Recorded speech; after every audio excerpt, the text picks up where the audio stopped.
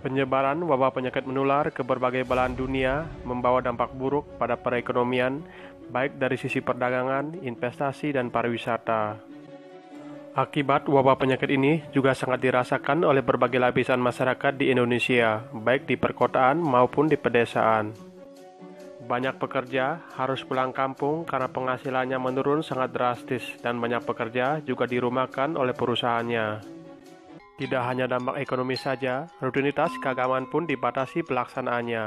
Hanya diperbolehkan dilakukan di rumah masing-masing untuk mengurangi penyebaran wabah ini. Begitu pula, dalam pelaksanaan yajna dan upacara agama Hindu di Bali juga dibatasi pelaksanaannya sebagai upaya pencegahan dari wabah penyakit ini. Pelaksanaan yajna yang biasanya dirayakan dengan meriah dan membutuhkan dana yang lumayan besar, namun saat wabah ini dilaksanakan dengan lebih irit dan simpel, dan disesuaikan dengan situasi dan kondisi saat ini tanpa mengurangi makna dari yajna itu. Wabah penyakit ini seakan membuat kita bisa introspeksi diri bahwa sesungguhnya beragama Hindu sangatlah simpel dan fleksibel, dan menepis pandangan bahwa beragama Hindu di Bali sangatlah berat dalam prosesi upacaranya. Namun, sesungguhnya prosesi upacara besar atau kecil itu tergantung niat dan kemampuan masing-masing orang yang melakukan upacara dan juga tergantung situasi dan kondisi saat itu. Akan tetapi, ada segelintir umat yang tidak paham akan hal itu dan cepat mengambil kesimpulan mengatakan beragama Hindu di Bali memerlukan banyak biaya dan ada wacana untuk menyederhanakan yajna itu sendiri. Kenyataannya, yang mempersulit itu adalah diri kita sendiri karena melaksanakan yajna tidak sesuai dengan kemampuan yang kita miliki saat itu.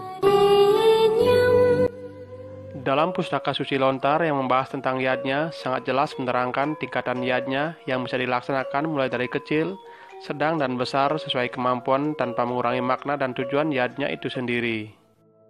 Mewabahnya penyakit menular, khususnya di Bali, masih banyak juga umat Hindu menggelar upacara pernikahan dan piodalan di beberapa pura yang biasanya menghabiskan dana yang besar, kini dipangkas tanpa mengurangi makna dan tujuan dari upacara itu sendiri.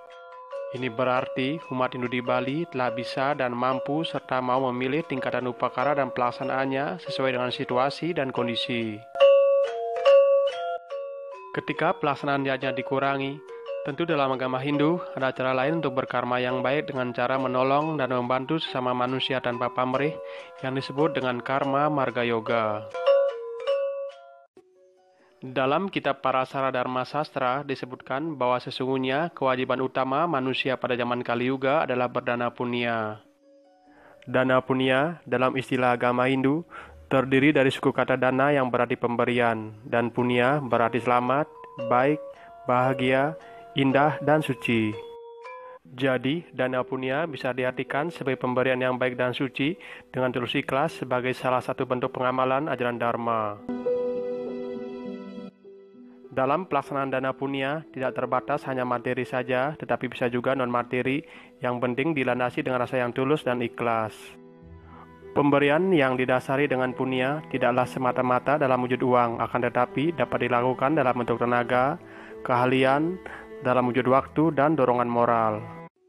Dalam kitab suci Rigveda, Mandala 1, Sukta 125, mantra 6 disebutkan, Tuhan atau Brahman menurunkan anugerah kepada orang-orang yang pemurah, suka berdana punya, yang dilandasi dengan ketulusan hati. Mereka akan memperoleh keabadian, kekayaan, dan panjang usia.